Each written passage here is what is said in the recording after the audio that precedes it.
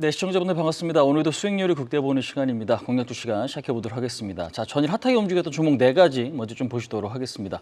자, 첫 번째 종목이죠. TCC 스틸입니다. 상당히 좀 오랜만에 급등한 종목인데 우리가 이제 원통형 배터리 관련주다라고 좀 보시면 될 것 같습니다.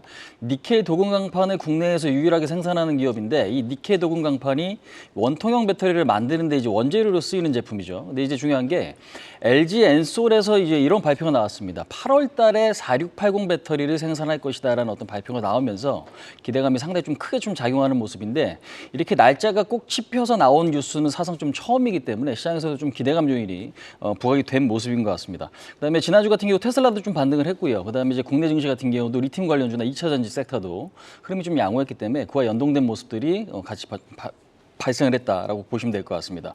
그래서 추가적인 어떤 상승에 대한 기대감도 상당히 좀 큰 것 같고 이슈나 좀 아직 살아있기 때문에 매물 부담은 조금 있을 수는 있겠지만 어느 정도 좀 저점에서 유입 가능성은 지속적으로 좀 높지 않을까 이렇게 좀 말씀드려보도록 하겠습니다. 자, 두 번째 종목이죠. 삼성증권 한번 좀 보실 텐데요.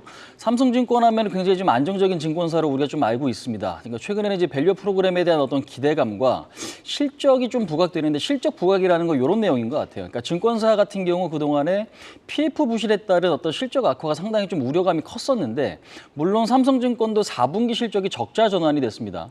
예상은 한 800억에서 900억 정도 흑자를 좀 많이들 좀 예상을 했지만 쇼크의 실적이 좀 발표가 됐죠. 근데 그럼에도 불구하고 주가는 이제 오히려 좀 반등을 했다라는 건 오히려 그동안의 악재 요인이 생각보다 조금 덜하거나 이제는 더 나쁜 상황이 아닐 거다라는 어떤 기대감이 좀 작용이 되는 모습인 것 같습니다. 그래서 증권사 중에서는 10대 증권사에서 영업이익 기준에서 봤을 때는 작년에 2위를 했다 그러죠. 그래서 7,411억 영업이익이 좀 달성이 됐고 그다음에 지금 악재 요인은 아직까지 완벽하게 해소된 건 아니지만 이 정도면 됐어라는 어떤 심리가 좀 퍼지고 있는 것 같습니다. 그래서 박스권 상단에 따른 어떤 돌파 가능성도 좀 있고 그다음에 이제 다음 주 있을 밸류 프로그램에 따른 어떤 반응도 좀 보셔야 될 것 같은데 늦지막히 시작한 종목이만큼 탄력적인 모습들이 좀 발생했다. 이렇게 좀 말씀드릴 수 있을 것 같습니다.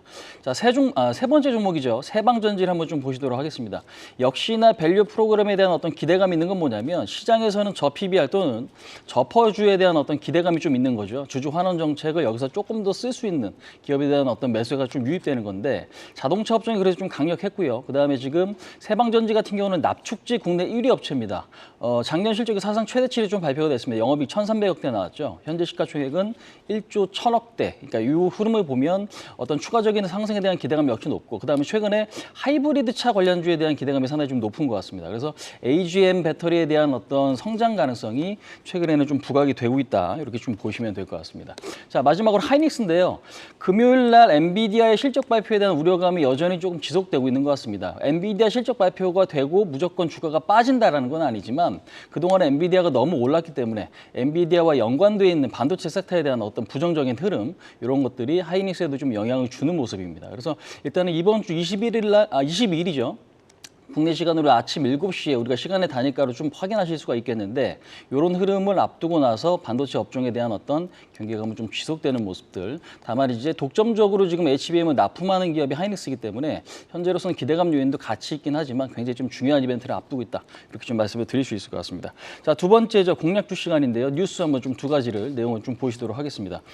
일단 뉴스를 보기에 앞서서 시장은 이미 저는 이제 반도체 쪽에 너무 좀 집중이 되고 있기 때문에 주말에도 뭐 특별한 뉴스가 많이 없었던 것 같아요. 그래서 지난주에 어느 정도 좀 움직였던 업종에 대한 부분이나 뉴스가 좀 재탕되는 그런 모습들이 좀 많이 있는 것 같은데 비대면 진료에 대한 어떤 뉴스가 또 있습니다. 비대면 약배송 법안 마련이 됐다라는 건데 결국 지금은 비대면 진료에 대한 어떤 그 시범 사업이 진행이 중입니다. 근데 이제 이게 야간이라든지 휴일날 좀 진행이 되고 있고 그러면 이제 시범 사업이 진행이 되면 약에 대한 부분도 같이 조금 완화돼야 되는 거 아니냐라는 어떤 기대감이 지난주 시장에 조금 작용을 했죠. 그래서 이번 주도 역시나 이런 부분들이 좀 더 부각이 될 수 있을 것 같습니다. 그래서 지금 빅5 병원이 전공의가 파업을 앞두고 있는 이제 이런 상황에서 현재로서는 이 관련해서 움직임이 나타날 수 있다. 다만 이제 블루 엠텍 같은 경우는 국내 최대 의약품의 어떤 유통을 담당하고 있는 플랫폼을 지금 플랫폼 유지를 하고 있는 기업이고 그다음에 지금 JVM 같은 경우에는 약 자동화 제조에 대한 사업을 하고 있다라는 거 좀 체크를 해드려 보도록 하겠습니다. 자, 그다음에 이제 두 번째 뉴스입니다. 굴인데요. 굴이 최대 공급국이 칠레입니다. 근데 칠레의 어떤 구리 생산이 20년에 최저치를 좀 기록했다라는 겁니다. 그래서 이 부분 때문에 주목을 좀 받을 수가 있는데 역시나 작은 종목들이 좀 탄력적인 모습인 것 같아요. 이구산업이라든지 대창이라든지. 다음에 이제 풍산 같은 경우는 조금 안정적인 어떤 실적을 좀 보여주고 있는데 저는 이 어떤 관심 업종 안에서는 풍산을 오늘 좀 소개를 시켜드려 보도록 하겠습니다.